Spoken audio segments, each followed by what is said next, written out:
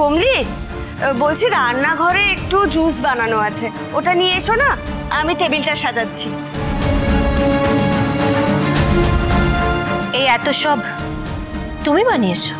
Deer মম-ইন ল, আপনি আমাকে যতটা অকর্মের ভাবেন আমি কিন্তু ততটা নই না। মানে শুভলক্ষ্মী একদিন বাড়িতে নেই বলে যে আমি ব্রেকফাস্টের দায়িত্বটা নিতে পারবো না, এটা ভাবাটা একটু বেশি বাড়াবাড়ি হয়ে গেল না? তাছাড়া শুভলক্ষ্মী হয়তো কোনো ইম্পর্টেন্ট কাজে গেছে, পুরো বিজনেসটা তো একা সামলায়, তাই না?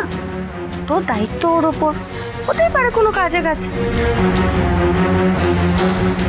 জলটা কোন দিকে গড়াচ্ছে কিছুই তো বুঝতে পারছি না। হঠাৎ মোহনা শুভদীর এত প্রশংসা করছে, কিন্তু কেন? মা, সত্যি শুভ কিন্তু দিন দিন বেপরোয়া হয়ে যাচ্ছে। আর সবার সঙ্গে থাকতে গেলে নিজের এরকম খেয়াল খুশি মতো চললে হয় না, তাই না? একটু অন্যের দিকটাও ভাবতে হয়।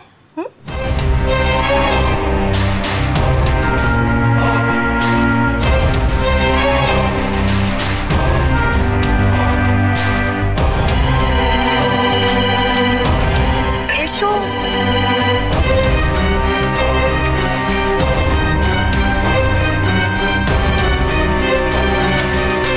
অয়না কোথায়? ও বাহ, অয়না ওই কি একটা ডান্স রিহার্সাল আছে বললো, আজ একটু শুভর সাথে কথা বল। দেখ এরকম ভাবে হুটহাট করে বেরিয়ে গেলে তো হয় না, না? অ্যাটলিস্ট তোকে যেন বলে যায়, তাই না?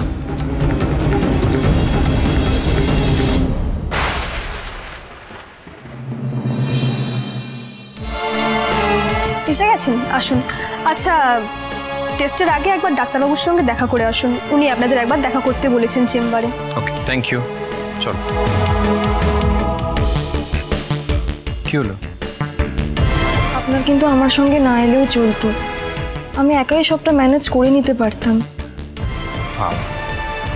আজকে তো বেশ খোশ মেজাজে আছো, কনফিডেন্স লেভেলও তো বেড়েছে।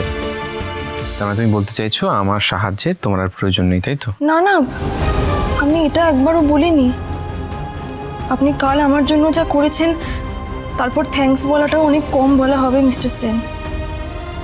আসলে আমি না আর চাই না যে আমার জন্য আপনি কষ্ট পান। তাছাড়া অভ্রর সঙ্গে আমার কথা হয়েছে, ও আমার সঙ্গে দেখা করবে বলেছে।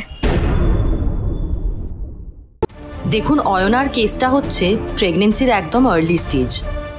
এই সময় মাকে খুব যত্নে আর সাবধানে থাকতে হয়। অথচ জানি না কেন উনি খুব স্ট্রেসের মধ্যে রয়েছেন।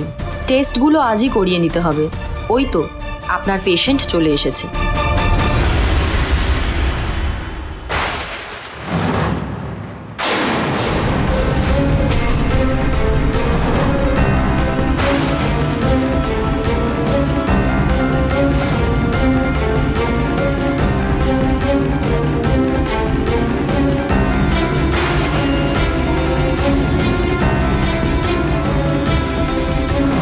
শুভলক্ষ্মী? শুভলক্ষ্মী এখানে পৌঁছলো কি করে?